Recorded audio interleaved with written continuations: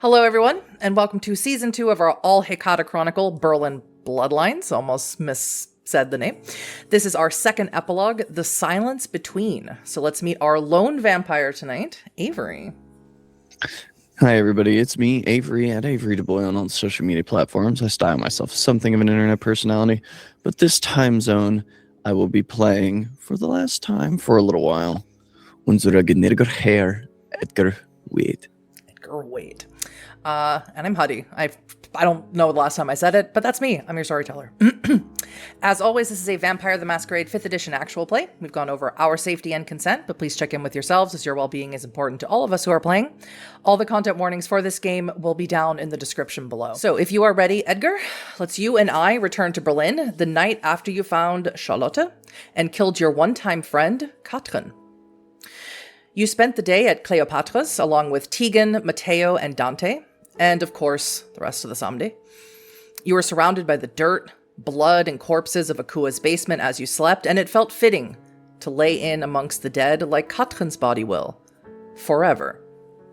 Your humanity has taken a nosedive. You can feel the connection has been severed. The idea of eating and drinking mortal foods feels as alien and unpalatable to you as it did the night when you were first embraced. The warmth and breath you've started to become accustomed to is completely gone. You're cold and dead and painfully aware of it in this moment as you make the journey back to your penthouse. Now it is raining. You stand outside of Cleopatra's waiting for an Uber. Enter into the Uber. It is one of those self-driving ones, sitting damp, soaking wet in this car. So let me into your mind for a minute, Edgar, as this pilotless vehicle takes you back to your penthouse. I think that Edgar will roll down the window enough to light a cigarette in the back seat, and there's something about that empty driver's seat that he just watches the wheel take its little micro turns. It was not too many nights ago that from the Bahari Manor, Aelin came and picked him up and put him in the back seat and was driving the car, and she would have sat right there. And that emptiness, it's weighing heavy on Edgar tonight. You smoke your cigarette and throw it out the window. You arrive in Charlottenburg, where you live. The doors swing open. Of course, you don't have to pay anyone. It's all done digitally. As you close the door behind you, the car slowly, carefully moves away from where you are, and you are still standing in the pouring rain, looking up, knowing where you have to go. Now, do you take the elevator or do you walk up 10 stories? I think before Edgar even goes upstairs, it has been a while since he's been in the basement with his pottery equipment, and to oversee his Fergus as well. There's a great power here, and he's neglected it. Mm-hmm. And I think he turns towards the elevator for a moment and stops and looks back towards the basement service door. And we'll head down to the basement first. All right. Of course, you have a unit down here that is locked, and you have several different locks that you have on it. No blood sigil locks, not yet. Anyway, you don't know how to do that yet. So describe to us what this... Now, of course, this is the same place where Aelin at one time saved Kenneth, poured out his blood bond and all of the drugs in his system. She almost died. But let me know what it looks like now. I think even more than the chill that was on the air outside, this place is cold. The furnace hasn't been on. The kiln hasn't been on.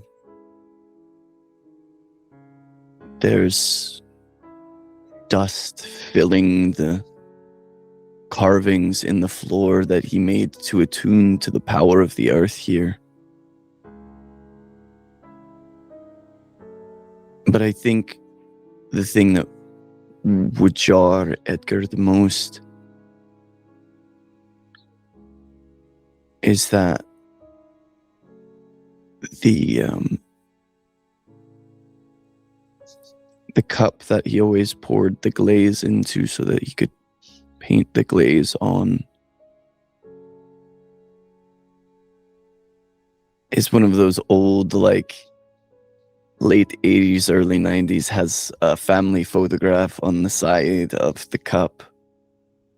And it is Edgar and Kenneth and Isabella.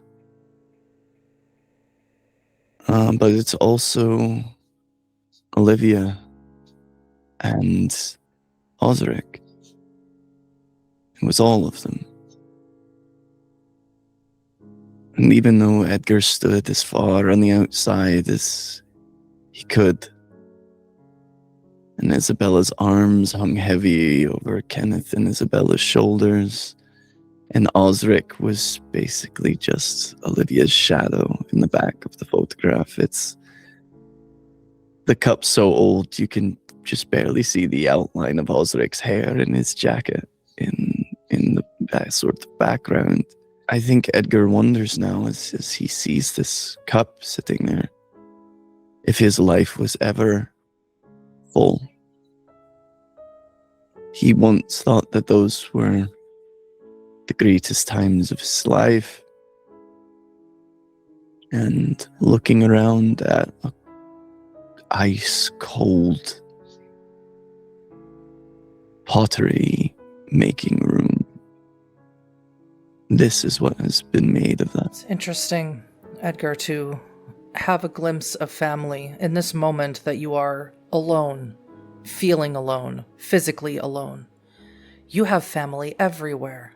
Osric was your family. Olivia, Kenneth, Isabella, Maureen, Hamish, Sienna, Felix, Pippa, Gemma, who is dead now. They are all your family. Mortal blood and immortal. And in this moment, you are not sure if there is a single member of your family that you can rely on. So if you would make me, as you look at this, your nightly rouse check. You are sitting at 4 hunger. I certainly am.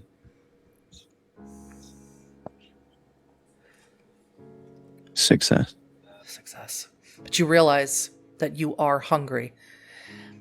And as far as you know, there was blood in your apartment. But you also know that Tegan was there, Tulio was there, Imogen was there, Adelaide was there, so you'll have to go up and check if there's any left.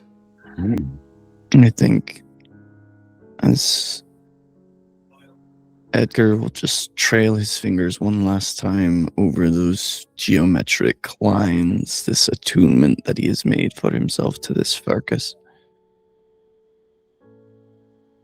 I think it's in that moment where he realizes, and will say out loud to himself, I think, without even realizing he's expounding on his own thoughts. I have given everything I have to give, and I don't have anything left for myself.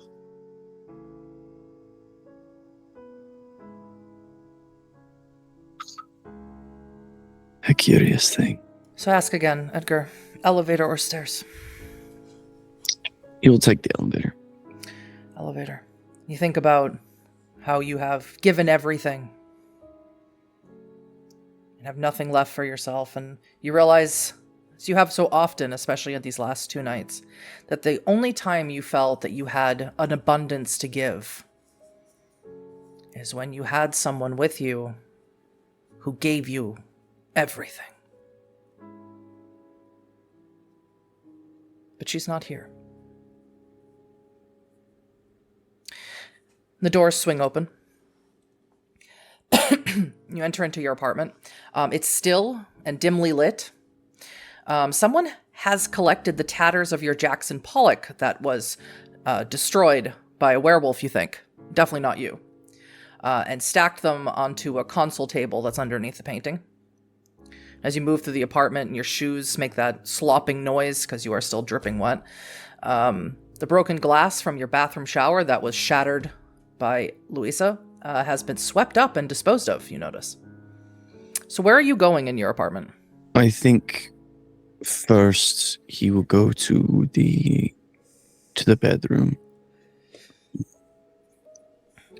Doesn't do anyone good to be walking around in wet clothes all the time. Let's go to the bedroom. And as you enter into the bedroom, it's very obvious that someone is here. You see that your bathroom light is on and you hear someone inside of it. As you enter into the room, they exit out of the bathroom. And it is Frau Eschweiler, your ghoul. She's dressed as if she's going somewhere. She's wearing a blazer and khaki pants and a very nice, freshly pressed blouse. And her hair is fresh and washed. And she says, "Good evening, Mr. Wade. You can call me Edgar." As you wish, Edgar. You are wet. It's raining fucking hard. May I? And she walks over to you and she starts removing your jacket and your blazer. Fine. It's been a night. I do not think I need to ask how you've been since I last saw you, but I can if you like. No.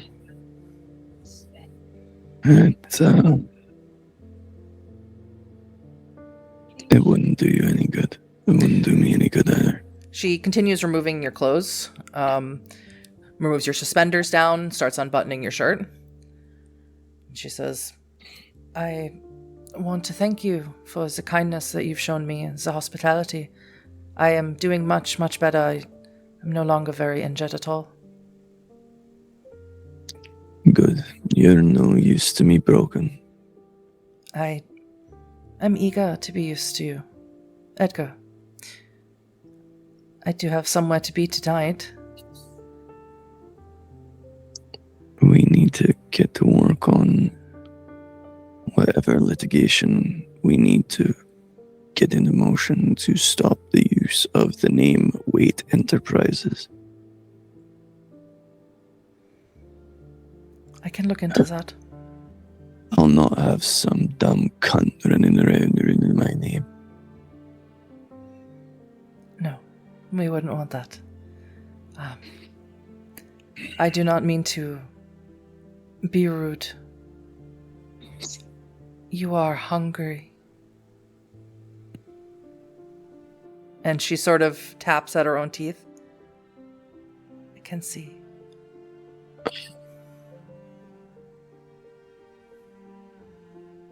Thank you, but no thank you. You have no blood here. I'm afraid I don't know his name. The one in the Gucci suit. Drank it all. No, I know Kenneth. I remember his picture Olivia always had on her desk. He is a doctor, I believe. My dear brother, yes. Well, he's welcome to it. It would mean much after everything that you have done. If you would allow me to assist you in this, my first act of assistance. Frau Eschweiler, whatever you're feeling, it is because my blood rides in your veins.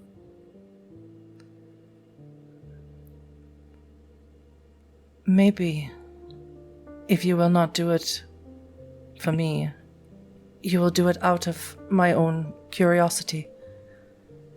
I would love to know if Frau Dunson was lying about my blood or not. My bite is painful. Yes, she told me. But I'm skilled with a knife.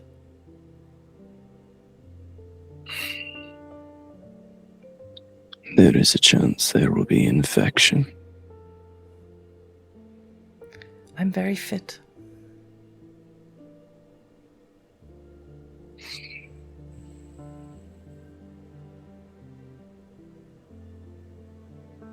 Fine.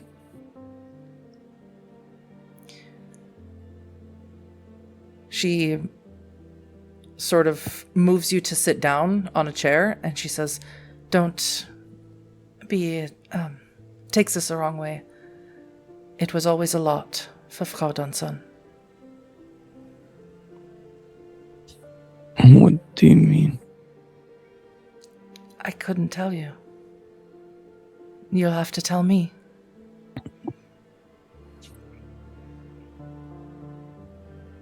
Sure.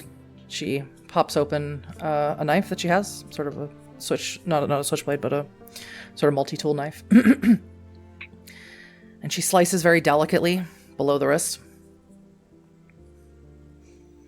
She holds it out to you.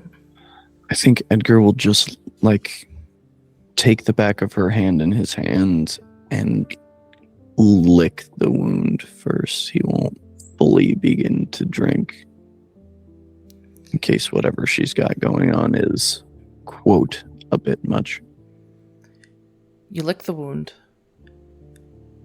and it tastes like water. And I don't mean that her blood tastes thin. What I mean is, it tastes like fresh, cool water to someone dying of thirst in the desert. There's a moment where Edgar almost reaches for a rudimentary tool he no longer needs. The gun in his jacket. Before his free hand moves up her shoulder and to her neck.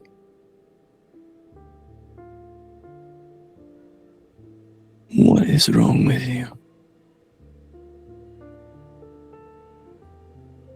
I couldn't say. Where did you come from? I was born in Neukölln. I've Oh, never lived anywhere else. No. There are secrets in your blood, Secrets. and I don't believe you.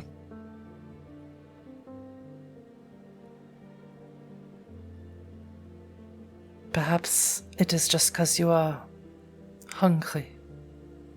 No. No. I have tasted exceptional blood. And this certainly sits in that category. Thank you. Are you thin-blooded? I don't have anemia, if that's what you mean. I mean, are you more than a ghoul? I don't believe so. You've taken the blood of a vampire. Have you died and been brought back across? Yours is the first vampire blood I've ever tasted. Olivia was afraid that if she gave me hers, it would dilute whatever made my blood so delicious. Frau Eschweiler, you are not to leave the city. I've never left the city. And if you are going to call me, if I'm going to call you Edgar, you can call me Ella. That's a movie star's name. Ella Eschweiler. I love movies.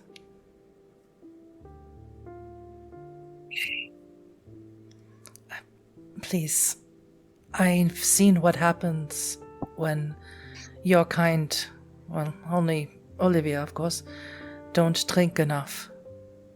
Please, I promise it won't hurt you. It never hurt her.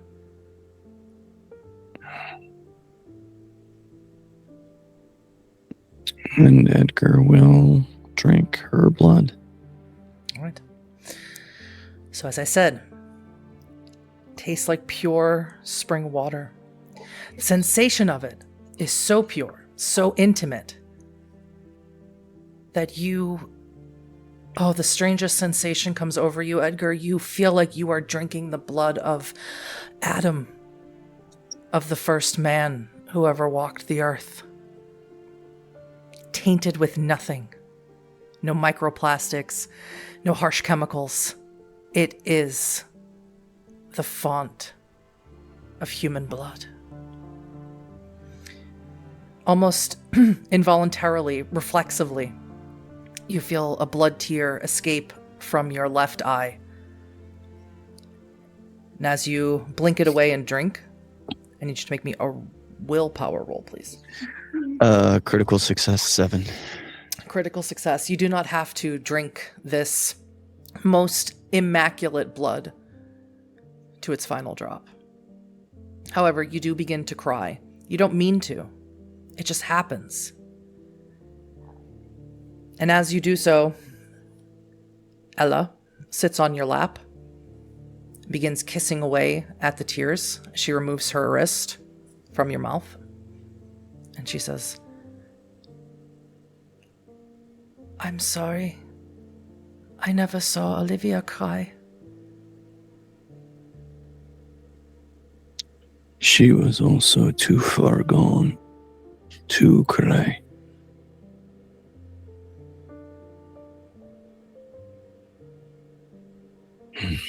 You were younger when she hired you, I think.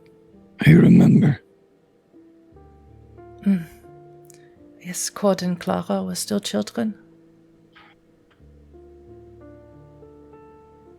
I'll need to go through her records.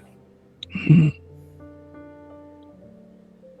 will need to go through your entire bloodline.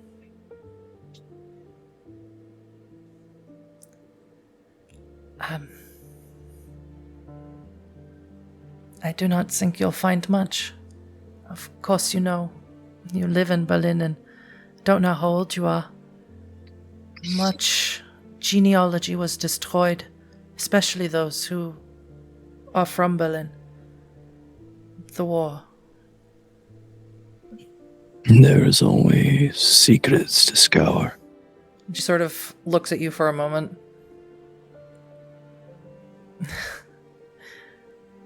The blood does do interesting things, doesn't it? There is this strange sense of being in intimate danger and being in intimate contact for Edgar. And he'll just look her in the eyes. Blood nach Blood. I'm sorry,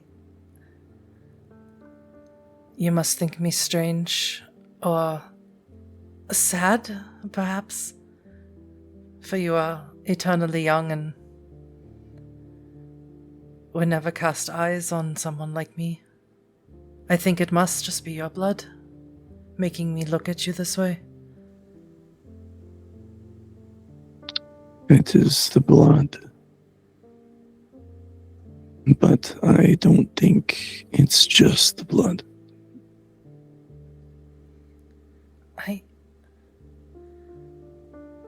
And she sort of removes herself from your lap. I'd like to continue this. I have to pick up my children. They are returning from Hamburg, as you told me to do, to bring them here.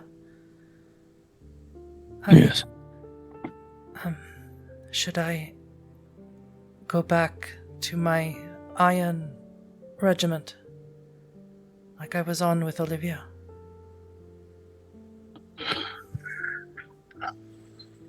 No. I don't plan to make a routine of this. What would I have to do? You should not want to be fed upon. I don't want to be fed upon. I want to feed you, though.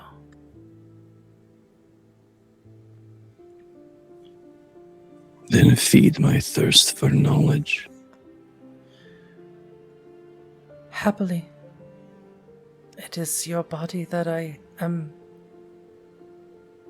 craving. Another time, Grauschwein. Perhaps at a time when you will call me Ella. Perhaps. However, I am burdened by my own ambition this evening. How can I help you, Edgar? I've already told you.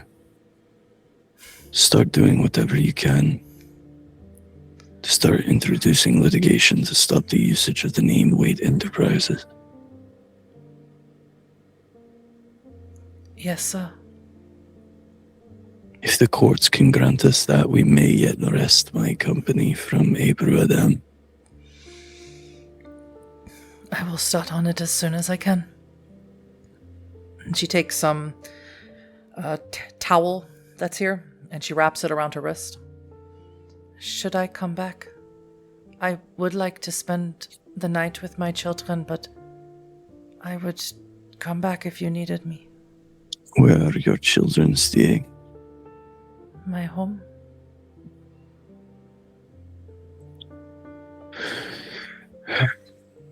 And did you add your home to the company's security network? No. You will do so by the end of evening. Am I clear, Ellen? Yes, Edgar. Now go get your children and never let them return to Hamburg. She comes over to you very quickly, kisses you, almost a breath on the lips, as opposed to actual lips pressing, before she realizes what she has done. And she backs away quickly and begins exiting the apartment. I think there's a moment where she turns to walk away. Where maybe it's the retro 80s neon lights in here, or the window wall being open. But there's that single moment where as she turns, she looks just like Olivia. Now, Edgar, you put yourself at one hunger, if I didn't already say that. And you are sitting now in your bedroom. You've made your bed slightly damp from your wet pants. You have no shirt on. So what is it that you would like to do before I'm going to ask you something very specific? I think Edgar is going to shower himself. He did sleep among corpses last night, and that is certainly not a favorite scent of his. And then I think after that, honestly, very much in his own fashion, he's going to just sit in the living room, fully in the buck, staring out the glass windows towards Island. Same thing he does every fucking night. So, do you sense the unseen? Mm-hmm. It's that same dark cloud over Peacock Island that is never dimmed or changed. However, something you don't see and haven't seen in months. You don't see the dragon. I think for the first time in weeks, there is a small prayer.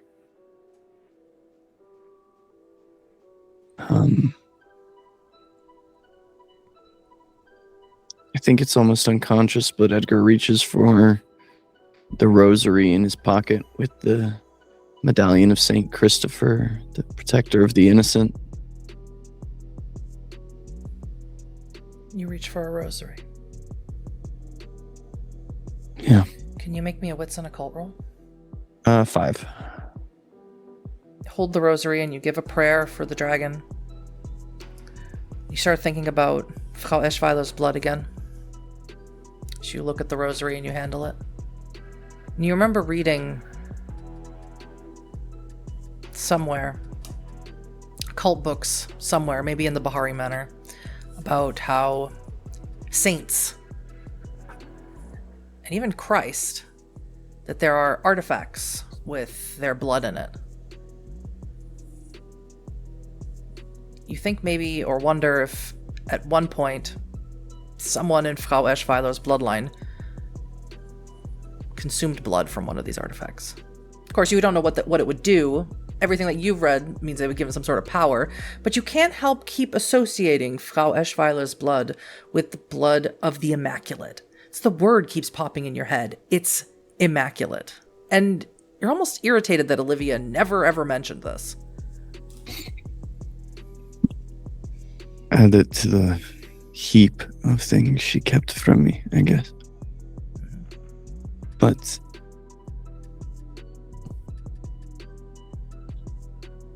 I think the thought arises in Edgar that what a delicious sin to have consumed the blood of a saint. You think on these things. No drink in your hand, not this time, fortunately. You watch Peacock Island. You watch so long the rain stops. And this silence, this contemplation, is interrupted by a noise most alarming. The sound of your door, your heavy, fortified, massive front door, being kicked in. And as you're sitting there in the dark in your living room, you hear the noise and watch your door go sliding all the way across your penthouse floor into your balcony window.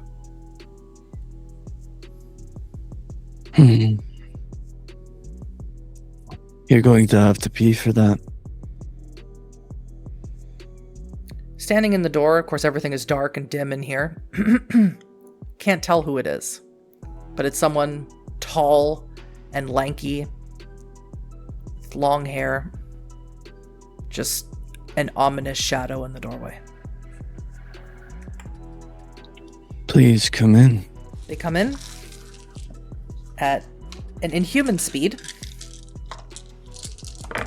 right over to you on the couch. They pull you up by your neck off of the floor. They're about 8 feet tall, and you can see them a little closer now. It is a woman. And you know this woman. You met her in Potsdam at the werewolf gathering. And she says, "Wife, I'm here to kill you." Why do you want to kill me, wolf? She says I should kill you. Would you like to?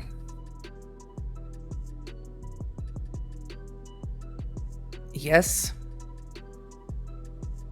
Are you sure? No. And perhaps we should sit down and talk about why that is. And if by the end you still want to kill me, well, then we can simply have a fight to the death right here in my little apartment. She drops you unceremoniously and you land with a thud on your bare ass. She says, "This apartment, not small." It's smaller than other places I lived. Why you talk? Why are you not afraid? Death is an old friend. And he'll smile with his golden fang. She hates you. She hates me because she loves me. No. She loves you. She hates you. It would be incredibly cruel to tell you that there's two wolves inside of you, but I think There are three. I can be three, Wolf. that's good. There will be two voices in your ear.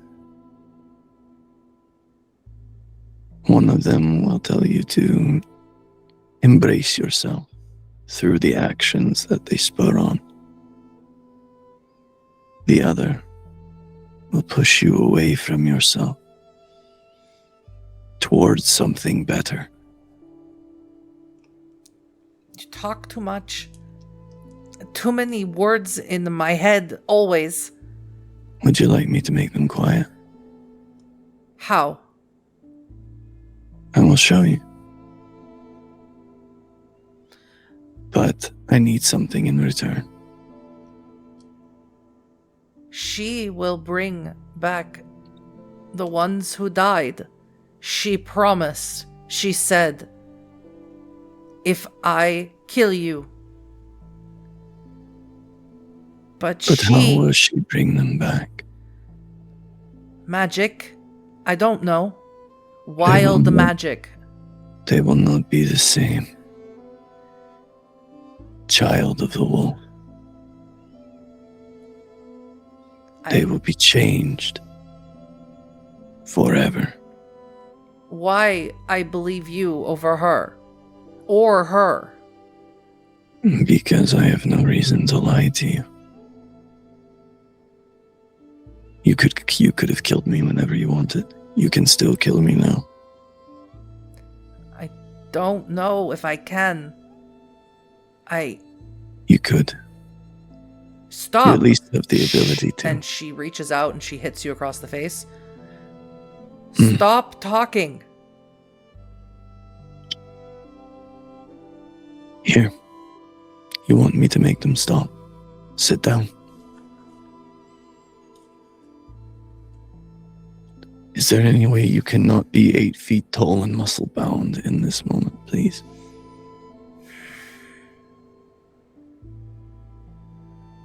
You listen to the sound of her ligaments shortening. Sickening, muscular sound. As she becomes relatively short. Maybe slightly over 5 feet tall. What's your name? I have many names. Human's name, Nadia. Wolf name, Hardrain. Hello, Nadia Hardrain.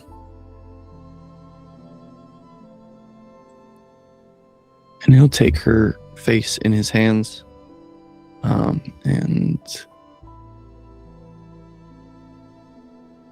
won't dominate her. He'll just look her in the eye. You've seen these eyes before, haven't you? You reach out to take her face. When you move your hands towards her, she sort of reacts in not fear, but anger and disdain. But when your hands make contact with her skin, you feel a tremble and almost melting into your hands. A desirous touch you would recognize. Yes, she shows me your eyes. Not she, but she.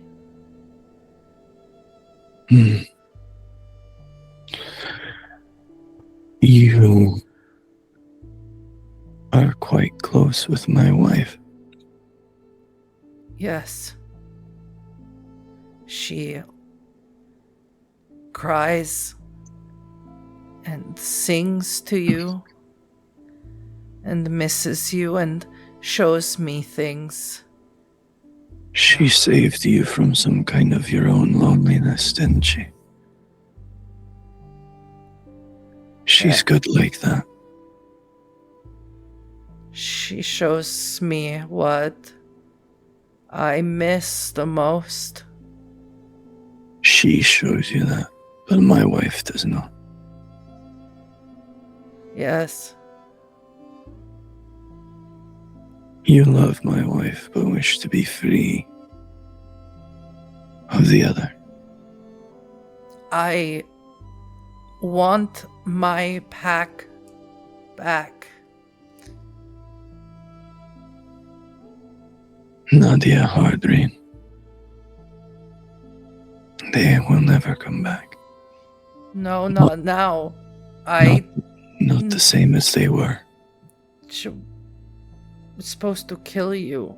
And she won't bring them back now if I don't. She wouldn't have brought them back the way you knew them anyway. She is a deceiver. And Hardrain begins to cry. Dear creature. Is this your first embrace with death? True death, close to you, losing a part of yourself. She nods, sort of folds into herself, brings her knees up to her head. I don't know how... I don't know how to go forward. You don't have to. You just must.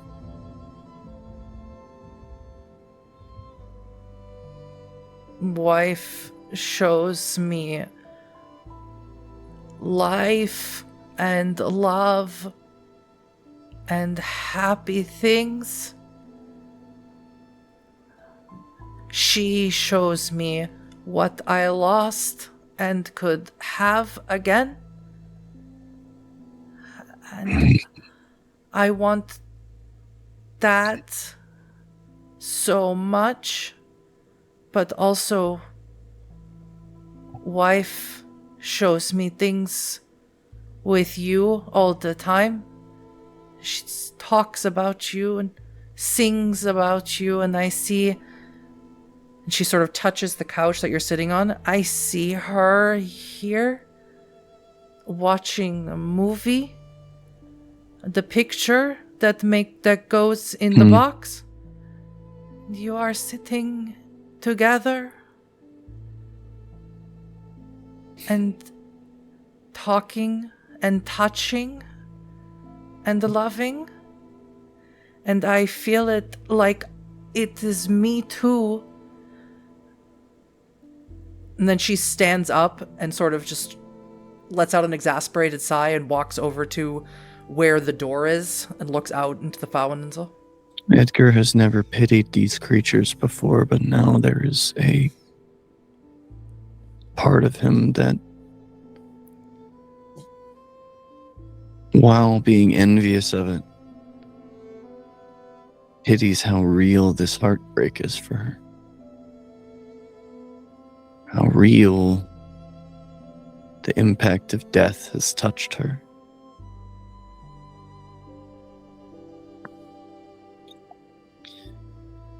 And Edgar will just walk up behind her.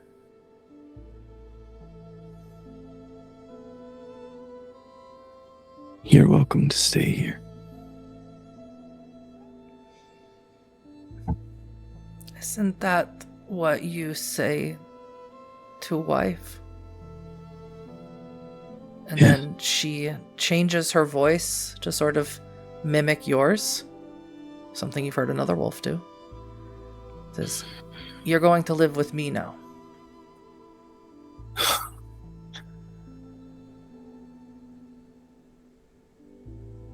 Nadia. Tell me if I'm interpreting what you're saying correctly.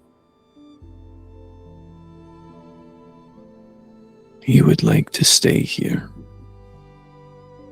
You would like to go with me. Get Aelin and bring her back here and stay with us. No. No, I can't. No. You can. No, I need to go back to her, but If she comes here, then you would want no. to be here. And she puts her hands on your face like you did to her. The one inside. The dark one inside. She will kill you. I don't want her to. And I don't want to either. My blood is steeped in death.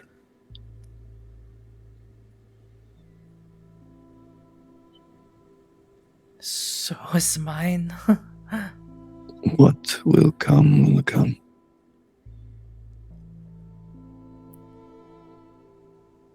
Someone once said to me that love is like still waters. They run deep. Mm.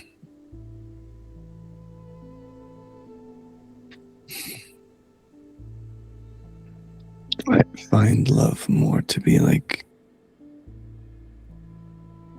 time. Love is endless and consumes all things. Maybe when you have a lot of time. I have not a lot of time. And the ones that I loved, that I let touch me and make me feel love, are dead. And you say they will not come back. I could give you more time. Why would I want more time to feel like this? It's more time for you to feel better. I don't want more time away from them. I want to be with them, or for them to be with me. Have you thought about what they would want, Nadia Hardrein? No, I had a father once. He would have wanted me to live my life and make the best of it. And I did. but what do you do when you are sad and you just want to feel love in the sadness?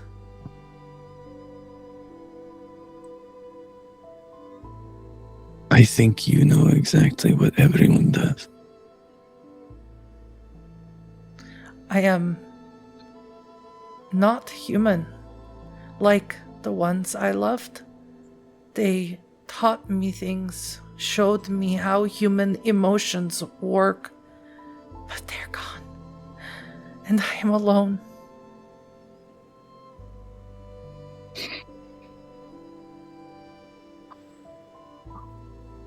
You don't have to be alone tonight. You used to hold her and tell her that she was special. I do. I want to be special.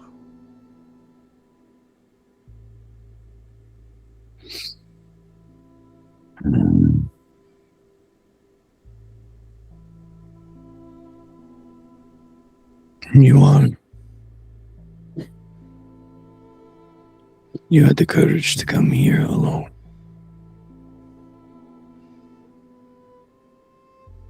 You sought out the object of your intent, and you hunted it.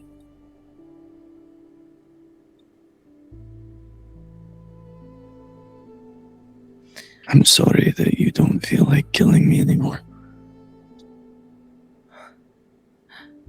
What if my sister make deals? She does deals. What if we make deal? I will make sure that the Dark One doesn't kill you, I'll protect you. And you make me feel less bad every moment.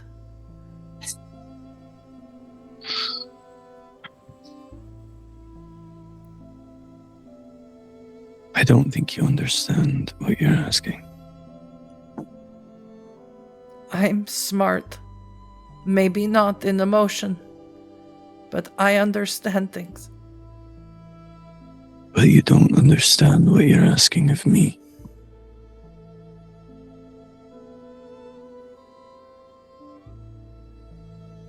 I have no fear of the Dark One.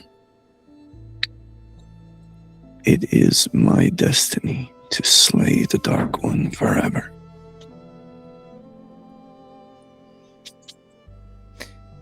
You have done everything I have ever needed from you, Nadia Hadrian.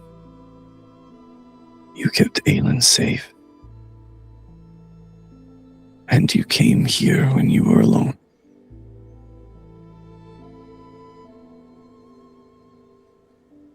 But now you want me go back. You say no deal. You don't need to make a deal with me. What you want would have been freely given.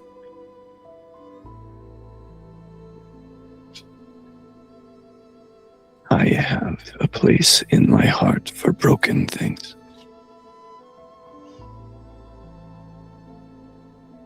That is, yes, broken inside. I am, yes. Edgar will hold out his hands.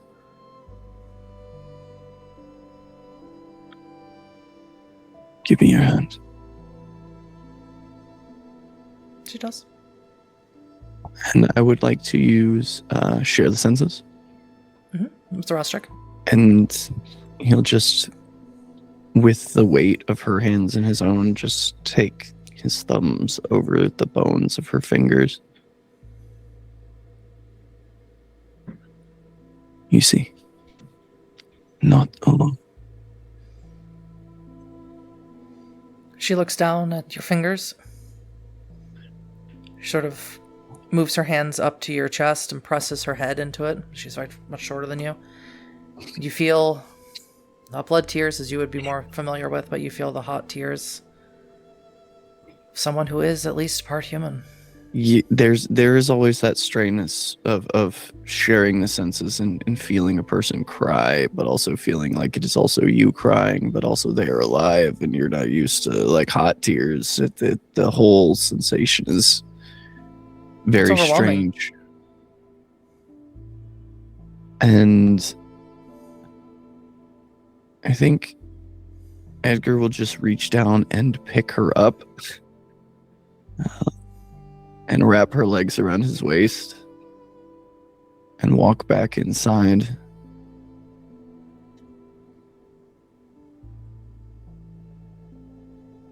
And sit her down on the bed in the bedroom. Edgar will just kind of crouch down at the end of the bed and look her in the eye.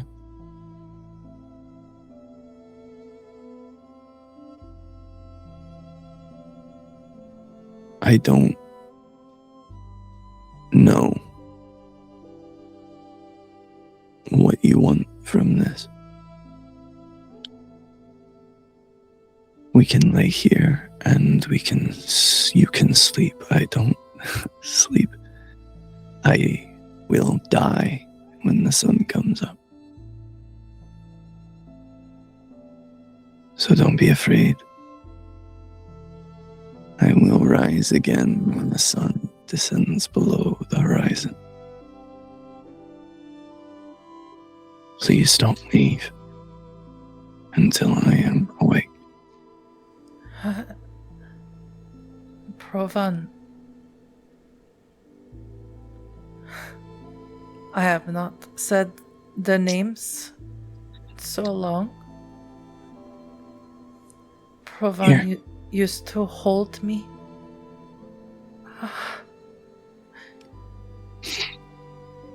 Why don't we do this? I've come to understand that you lupines have a god of your own.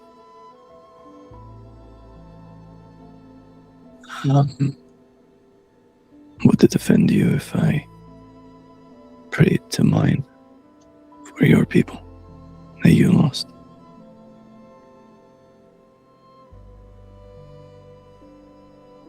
He'll get that journal out of the nightstand and the pen, write their names,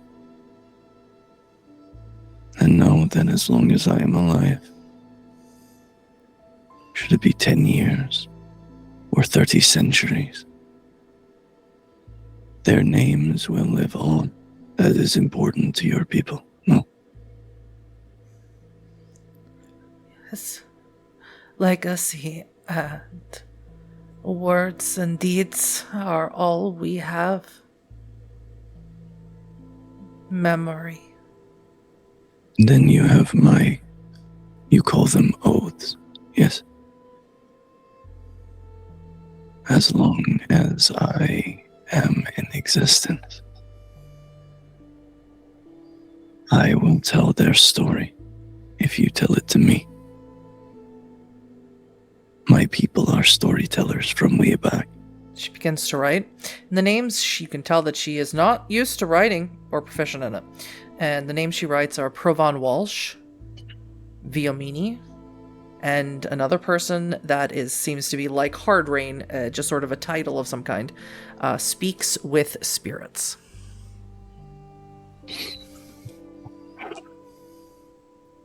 Edgar will take the journal and, with intent, bookmark the page with the rosary that he had reached for earlier. And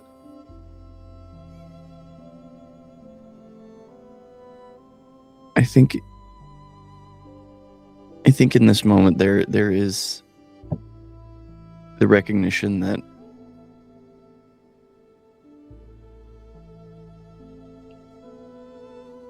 with what happened with Aelin, with everything he knows now, it felt less organic. It feels as if fate maybe tied them together and they just got to experience it with the blissful knowledge that they were on a path. I think this is the first truly happenstantial thing that has happened to Edgar Waite in a very long time.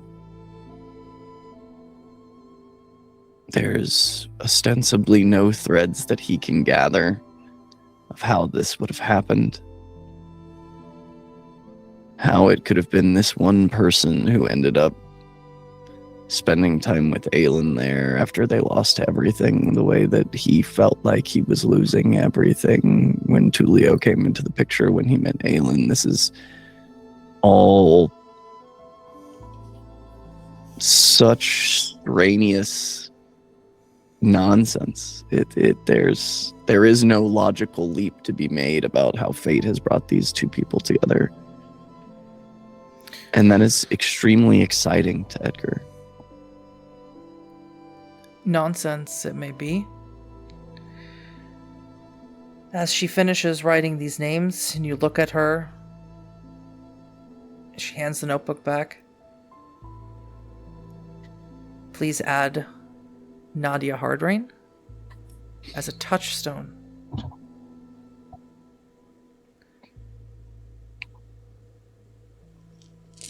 With the conviction of, hold on to the ones you love, and you may restore yourself to 8 humanity.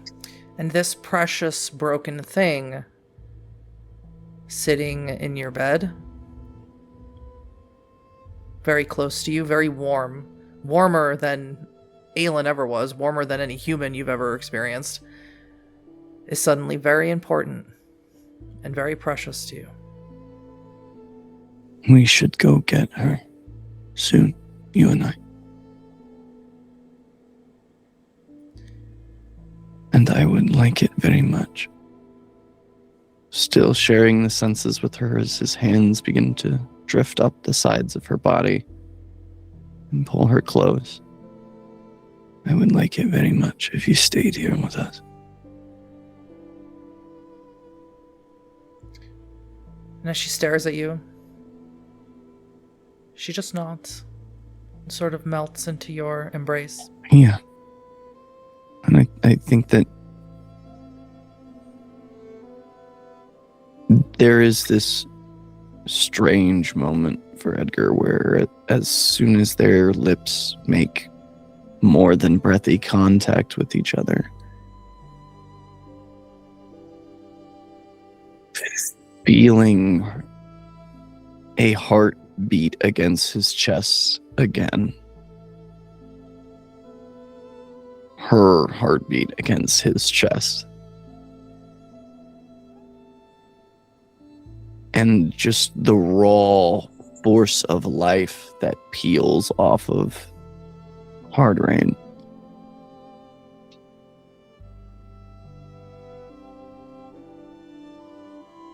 There is that sick thought that it was this compulsion to seek out life that drove the wedge between he and Olivia. That's the through thread. He chose life and leaving something behind. And she chose holding on to everything and death. And with that extraordinarily apt observation, we are going to end this epilogue, The Silence Between. Thank you, Avery.